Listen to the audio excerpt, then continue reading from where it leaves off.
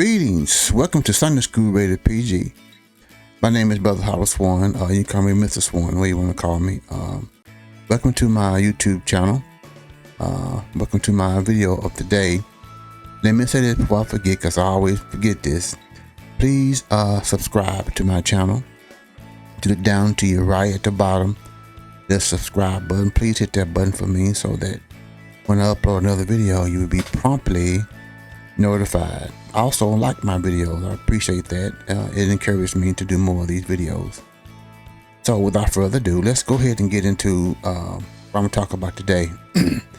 As you know, my channel is biblically based. I'm a Sunday school teacher. I have been a Sunday school teacher over 25 years. I teach an adult class. So that's why I already got it rated PG-13. I'm PG because parental guidance is required. So let's get into what we're going to talk about today. It's biblically based, and we're going to come out of the book Ecclesiastes chapter 5 verse 18 and 19. Ecclesiastes chapter 5 verse 18 and 19. That's going to be the theme. You can call it the theme of this lesson today. So bear with me while I read this, because I want to read it. It's the King James Version. Let me get my Bible here. It's a big Bible, biggest Bible I have. Let me show you this Bible. I want to show you this Bible. Okay. See that? Holy Bible Heritage Edition. Heritage Edition. Now this Bible is based on the King James Version. My grandmother bought me this Bible about 2006 when she bought me this Bible, and I use it periodically to study the Word. This is a special Bible because it talks about it has the King James Version, all 66 books, but it intertwined in this book is Black history, Black people who are in the Bible, and we are in the Bible. We are deep in this Bible. If you read it and research it, you'll see what I mean. And I can say this without any trepidation. That is the most important Black history book you will ever read in your life will be the Holy Bible. That is the most important Black history book you will ever read. Now, of course, there are other Black history books you can read and videos you can see and get real in depth into Black history as we come from Africa into the United States and all over the world.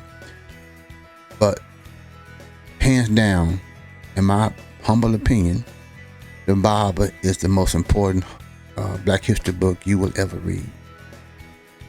Now, those of you who have seen my lessons in the past know that I'm retired. I'm going to talk about that in a few minutes.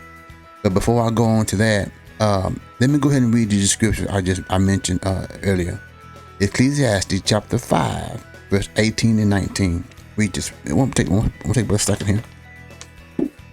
Ecclesiastes chapter 5 verse 18 and 19 reads, "Behold, that which I have seen is good and comely for one to eat and to drink, and to enjoy the good of all of his labor that he taketh under the sun all the days of his life and her life, which God giveth him, but it is his portion.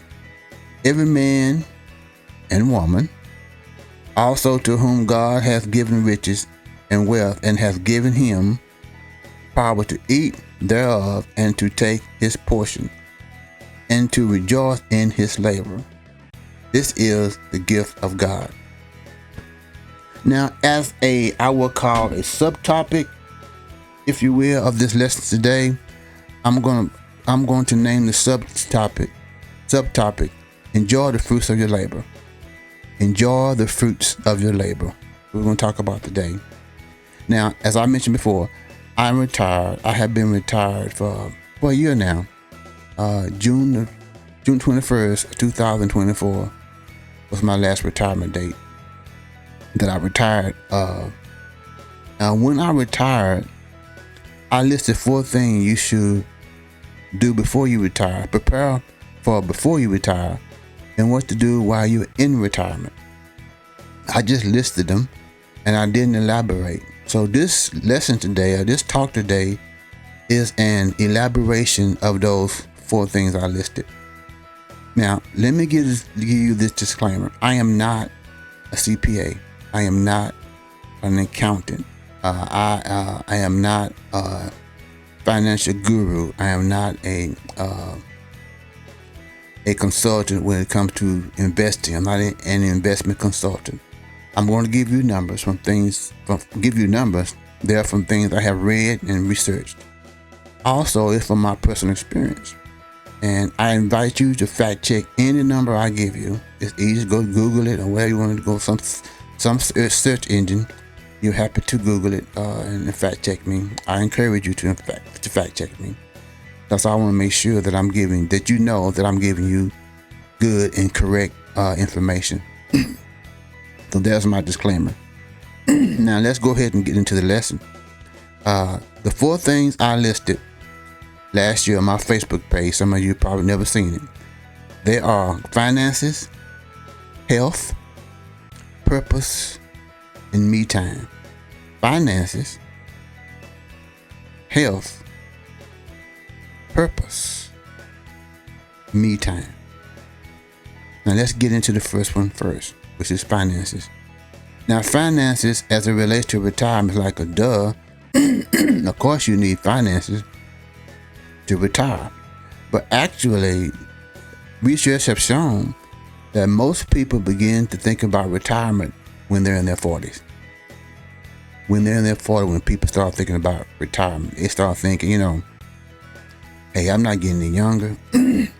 I'm almost 50. In 20 years, I'll be 60. And I got to start doing something because I want to retire comfortably. And also, their bodies begin to tell them that it's time to do something different. Their knees start hurting a little bit. They get up slower.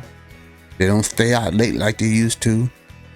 Certain food they used to eat didn't bother. Now it bothers their stomach. They can't eat like they want to eat because the stomach got old. So it happens. It's common. It's human nature. It's what happens to us as we get older. So the body begins to tell you that you need to do some changing. And also psychologically, when you start thinking about your age, that starts to tell you need to do some changes. So 40 is pretty common to think about your retirement. It's not too late, but you need to pick it up and start. We got 20 years left, 25 years to start saving for your retirement. Now, those of you who, I'm going to throw this in, those of you who paying for your child's colleges, that's fine. I'm going to tell you something. Your retirement is more important than your child's college degree. Because they may not want to take care of you financially when they get out of college. You got to do that on your own. You got to do you got to do that on your own so you can live a comfortable retirement. That's up to you. You can do both of them with no problem. Do both of them. But if you're struggling to do one or the other, your retirement is number one. I went to college and not paid for it myself, so your child can do the same thing. They can work and get grants or whatever they can do, but your retirement is more important than their college debt. Now, there's also another statistic, and also in our research, it's been said that in order for you to retire comfortably, you need to bring home at least 85% of your pay. 85% of your pay. When I say pay, I'm talking about net, not your gross. Your net, because that's net is what you pay your bills with. That's the money you get in your hand or in your bank account, however you get it. That's the money that pays your bills. You need 85% of that for the rest of your life to keep up the standard of living that you are used to. Now, your standard of living, it could be different than anybody else's. Okay?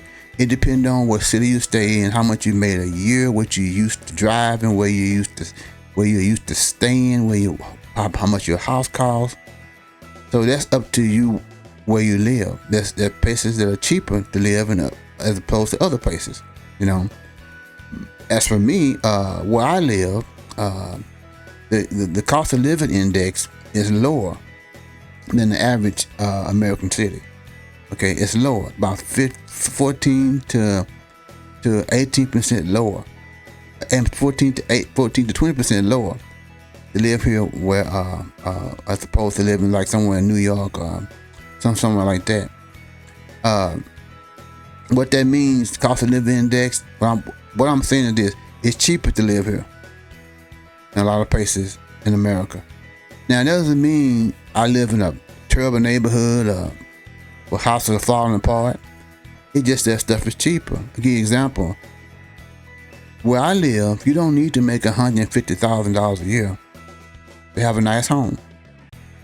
You don't have to. You can make $80,000. You can make $70,000 and live in a nice house. As for me, I live in a nice house, 3-bedroom. I'm comfortable here. The schools are nice. There's a couple of colleges down the street, and I don't make $100,000 a year. I don't make that, but I'm comfortable because where I live is affordable. What I do. Now, there's a saying. And here's where we get into the nitty-gritty of what I'm talking about. There's a saying that you probably heard. It's called "live within your means." Simply put, succinctly put, that means don't get what you can't afford.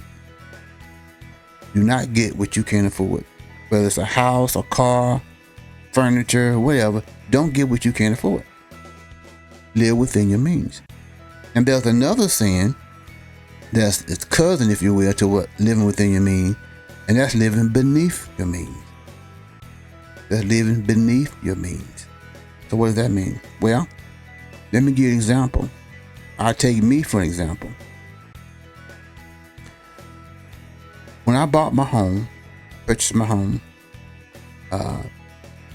they told me I have a maximum, what my income, my income and my wife's income, have a maximum house that I could afford. They gave me a big number, and they gave me just give me a big number. This is what you can afford. Now, what I did was this. Let's say my house was worth $100,000. Let's say it was $100,000. I'm just throwing this number out there. Let's say your house is $100,000. You can afford a $100,000 home. Now, what I did, I said, well, if I can afford a $100,000 home, surely I can afford a $50,000 home. I chose the mid-range. Okay, the mid-range, which is half. I chose $50,000. Now, that's not the actual number. I'm just giving you an example. But let's say I chose $50,000. The reason why I chose $50,000 as opposed to the $100,000 home, because I didn't want to struggle to pay for that home. I didn't want to have to scrounge up trying to get checks together and pay for a home as well as paying for light bill, gas bill, water bill, and all the other bills I'm going to have. I didn't want to struggle. I didn't want to put 2 checks together, 2.5 checks together to try to pay for my home. I didn't want to struggle. So I chose the mid-range price for my home. And that was really a blessing. It was a blessing because when my wife and I signed those papers, sit down at the title company, that's where they do it in Texas. Sit down at the title company, sign those papers for a 30-year mortgage. 30-year mortgage.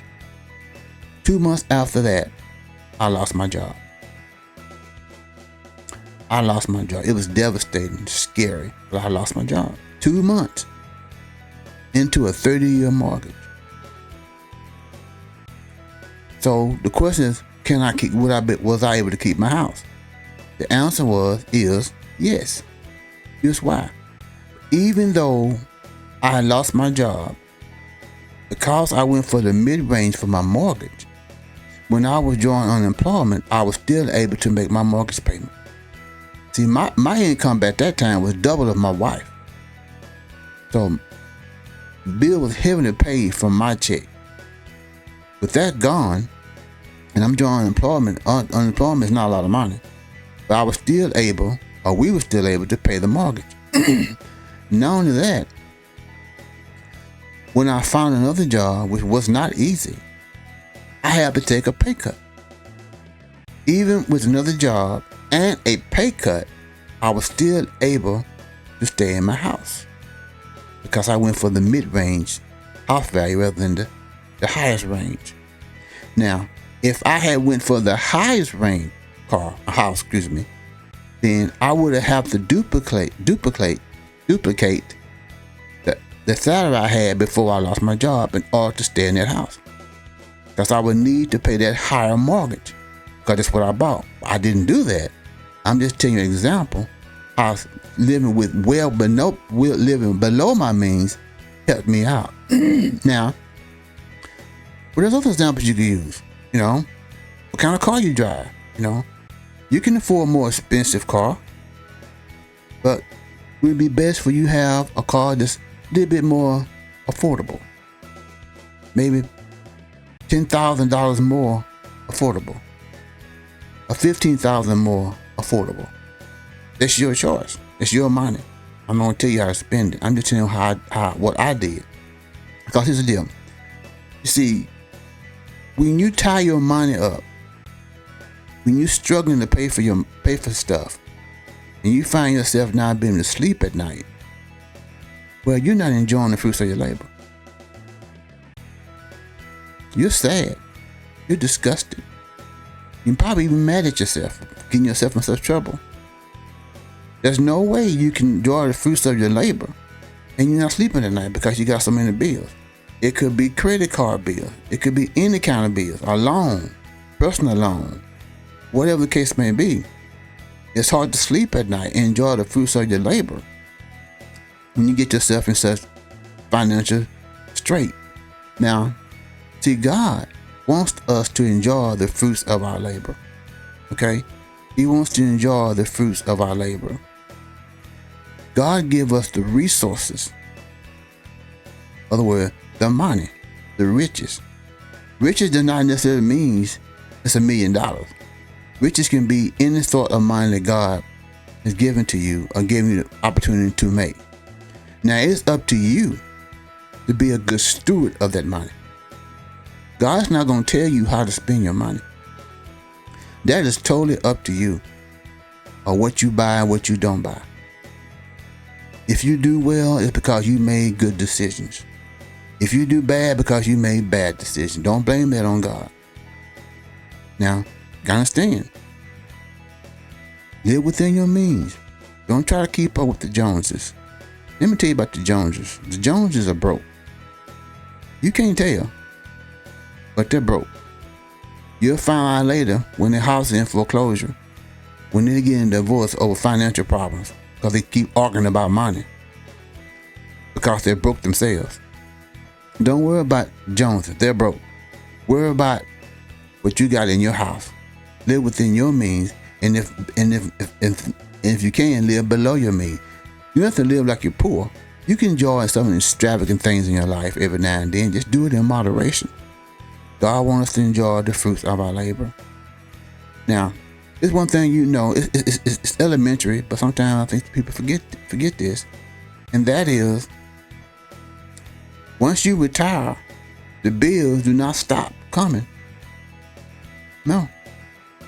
The same bills you were getting before you retire are the same bills you're going to get after you retire. Water, gas, light, you going to events, going to basketball games, football games, going out there doing things. Car repairs, car upkeep, all those things not going to stop. Okay? No, none of those people you owe are going to call you and say, well, Mr. Swan, since you retired, we're not going to send you any more bills. That's not going to happen. In fact, if you got something in your name and you die, someone got to call them and tell them, quit sending him bills, he's dead. They're not going to stop. Not only are they not going to stop, they're always going to be on time. The bills always come on time. Your payments may be late, but the bills will be on time. Even after you're dead, they're already in the mail coming to you. So they're not going to stop. So you have to be prepared for that. before that time comes, because it is coming. Now, I know some of you 20 years old, they're thinking like, man, I got plenty of time. That's what I thought. I learned I learned lesson every time I wasn't sleeping well at night in my early 20s.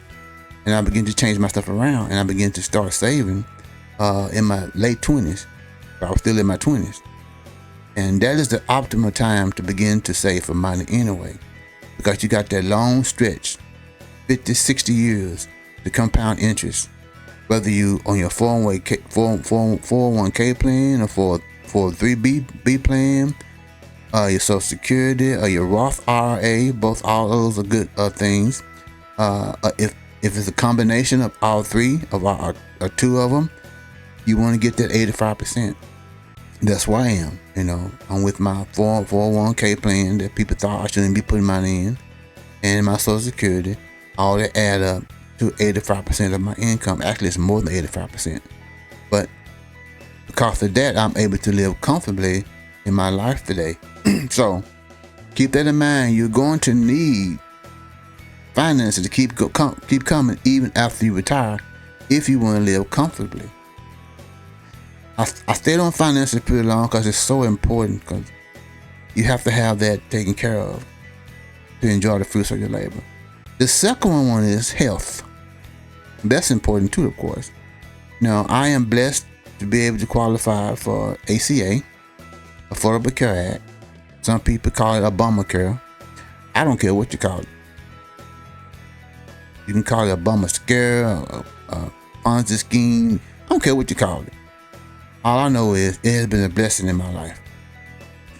It has enabled me to enjoy my retirement. Not worrying about a medical bill busting my budget. Okay, we're gonna talk about a little bit more about health in the next listed item. But right now, let's talk about this health as opposed to medical bills. Newsflash: when you retire, you will still need to go to the doctor. You will still need to get doctor's appointments. In fact, it is proven that as you get older, the more you go to the doctor. You see, your body's getting old, it needs more upkeep, needs more care. That's just a part of getting old. Okay, it's a part of getting old in our golden years. So be prepared to go to the doctor more. And you need insurance to do that. Let me give you an example. About a couple of weeks ago, I had a procedure. And that procedure was with my doctor. And so I made the appointment, paid my copay, went back there and had the procedure. That procedure took 5 minutes. It took literally 5 minutes for that procedure. The doctor came in, did his thing, and then gave me a little advice, then he left. 5 minutes, okay? I waited longer in the lobby than I did for that procedure. Okay. About 2 weeks later, after the procedure, I got the medical bill. What they call it, explanation of benefits. I mean exactly what I paid for, what was done, and how much it cost. That's 5 minutes of procedure cost $850. $850 for a 5-minute procedure. Okay? I paid $32. That was my copay. And that was my total cost. That's strictly because of insurance. Because if I wouldn't have had insurance, I would have had to pay that $850 up front. They wouldn't even wouldn't have given me an appointment if I didn't have the $850 because I didn't have insurance. You can't go in there and say, well, can I pay a third? Can I pay half? No, they don't want to hear that. They want it all up front.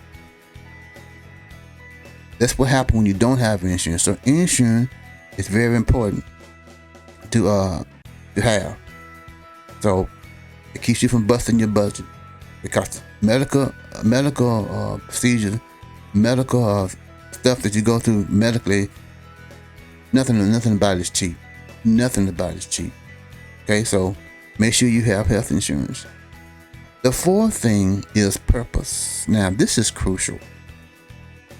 I could talk longer about purpose than I could about finances because it's crucial. You see, the reason why you have to have purpose, because for all your life you have worked, 20, 30, 40 years, whatever, how long you work before you retire. And that working is inherent in their working is you have a purpose.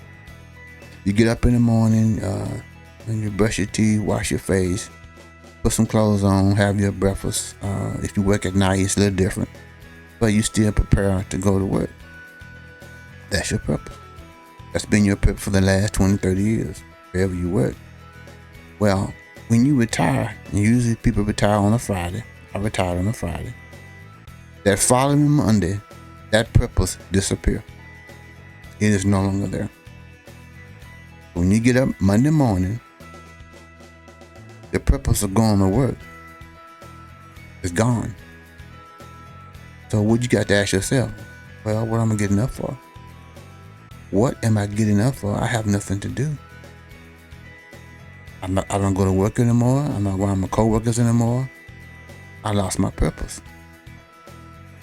Well, you have to define another purpose.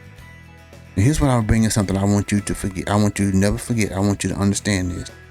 Instead of looking at retirement as a destination, look at retirement as a transition to different purpose. Because you need that transition to define another purpose to give you reason to get up in the morning. Now, as for me, personally, my purpose changed. Okay, I get up in the morning, I brush my teeth and put my clothes on. I have my breakfast. I usually drink my breakfast because I have a smoothie. And soon I do that, I go to the gym. Every day, Monday through Friday, I go to the gym and I work out for about an hour and a half. And that coincides with my health, as I said before. You need something to get your juices going. You need something to get your body going. You need something to get your mind working. Okay? You need that purpose to get up in the morning, do stuff. But that's not all I do. I'm heavily involved in my church. I do a lot of stuff in my church. I do graphics for them. I do work in the sound room. I'm a Sunday school teacher, as I mentioned before. So I'm heavily involved in my church. Okay? So that gives me a purpose. I got to study for my purpose. I have to study for my lessons and study to make sure I'm saying the right thing, make sure I'm correct with my students. So that gives me purpose. Okay, I do that. This YouTube channel, that gives me purpose. I have to sit down and think about what I'm going to talk about and do an outline and practice on it and come back to it and make sure I got the right information. That gives me purpose. I'm also captain of my neighborhood crime watch group. I deal with my neighbors quarterly, and we have meetings and we talk about how we're going to improve the neighborhood to keep the crime out. So that gives me a purpose. I also do photography on the side. I've always done photography. I love photography. Now, I don't need photography to pay my bills, but I make a little money from it, and it gives me enjoyment to deal with people and work with pictures and do the graphics and fix the pictures up and do photo books and all that kind of stuff, and that gives me a purpose. Okay, so I want you to understand, I'm also a mentor. I mentor a young boy, really. I do that periodically, at least a couple hours a week. So I'm not bragging about what I'm doing. I'm not boasting at all. What I'm telling you is that because I have purpose, I don't miss going to work. One of the reasons a lot of people go back to work, well, it's actually two reasons. One reason is money, but a profound reason, which doesn't have to be, that is they're bored. They're absolutely bored because they don't have that purpose to get up in the morning and go to work. They're bored, so they go back to work because they were bored. That's why you have to make a transition, not a destination. Because if you make retirement a destination, once you reach that destination, the obvious question is, now what? I reached my goal. I've got there. I'm retired. Now what? You need to plan for that before you retire, so you can redo your purpose. Okay. Maybe you always wanted to paint. Go take your painting class. Maybe you always wanted to play an instrument, learn an instrument. Volunteer. A lot of organizations need volunteers. They have to pull, read storybook to children in the library. There's a lot of things you can do to create a purpose in your life, because you're going to need a purpose to get you up in the morning and to do things. It's really just that simple. You know, sitting around the house will drive you nuts every day, especially if you worked all your life. It's time for you to enjoy the fruits of your labor in a different way. And that is getting out into the neighborhood, getting out into the community and doing things, learning from people, become valuable to somewhere else besides your job. Okay. You might even want to work part-time, a little bit of part-time. I work sometimes. I work about 2, 3, 4 times a week. I mean, a month rather. But I don't have to. I just go sometimes. But you don't have to do that. I got plenty to do. That's why I'm surprised that it's been a year already. Not only am I surprised it's been a year already, I'm surprised that I'm retired sometimes. Because I remember I was listening to the radio and a song came on. And I was bopping my head too, because I like that song, you know, nice song. I'm listening to it and bobbing my head to it and trying to sing a little bit. And then the DJ said this. He said, that was number one 50 years ago. This is the day 50 years ago, this was the number one song. I went like, 50 years ago? That song is 50 years old? And I thought, no, it can't be. Like I just bombed to that thing yesterday, the day before. Then I'm beginning to think back and see, yeah, I'm 64. Yeah, 50 years ago, that was number one song. That's how fast it go. You 20-year-olds, you 30-year-olds. That's how fast it's gonna go.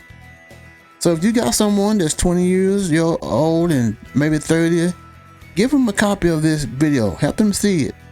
They understand they need to get this stuff together now while they got the time. Is it going to be easy? No. Are you got some setback? Of course. That's life. But keep on keeping on. I had some setback. Remember I told you I lost my job? Well, it didn't stop me from saving. I still save once I find another job. I still got back in that 401k plan and kept saving a little bit adds up to where I am now. So it's crucial to have a purpose, okay? It's also crucial to have a purpose, because that will keep you going every morning. You're living, you're enjoying the fruits of the labor in a different way. Nothing wrong with that. The last one, and not least, is me time. METIME. Me time. What does that mean?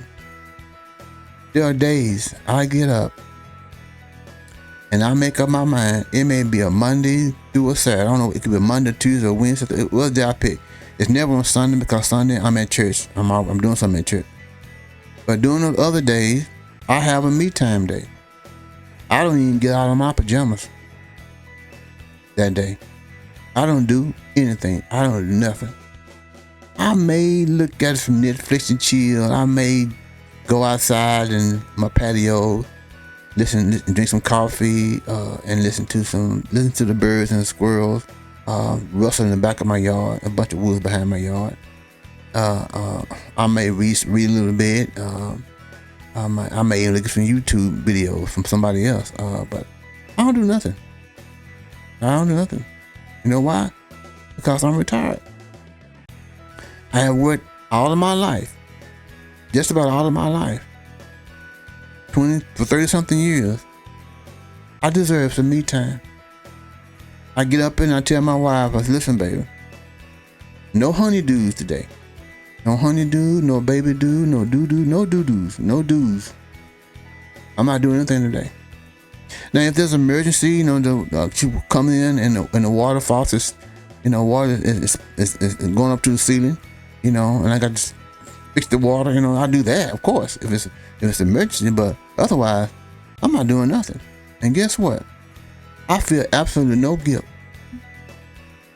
of doing nothing, because I have been doing something in my other purposes beforehand and afterhand. Okay? So me time is important. Go to the park, walk around the park, and go to the lake. Just do nothing. Just relax. You deserve it. You saved the money. You got your 85%. Your health insurance is intact. You got a purpose. Now it's me time. Take your me time. Me time is also enjoying the fruits of your labor. All that labor you did for so many years. It's me time. Don't feel guilty about it. Do nothing. Bask in it. Love it. Take your time and smell the roses, as they say. So those are my 4 things when it comes to retirement. They're biblically based. Me time does not mean you're lazy. It just means that you're taking a little rest. Nothing wrong with that. So let me recap those. Finances, health, purpose, me time. Finances, health, purpose, me time. Okay? I hope this helps you in your journey to retirement or in retirement. And I want to reiterate, get it to someone who's 20. Maybe, hope they'll listen. If you get one to listen, you've done a great thing. Thank you for listening to me. May God bless you. Is my hope. This is my prayer. Thank you.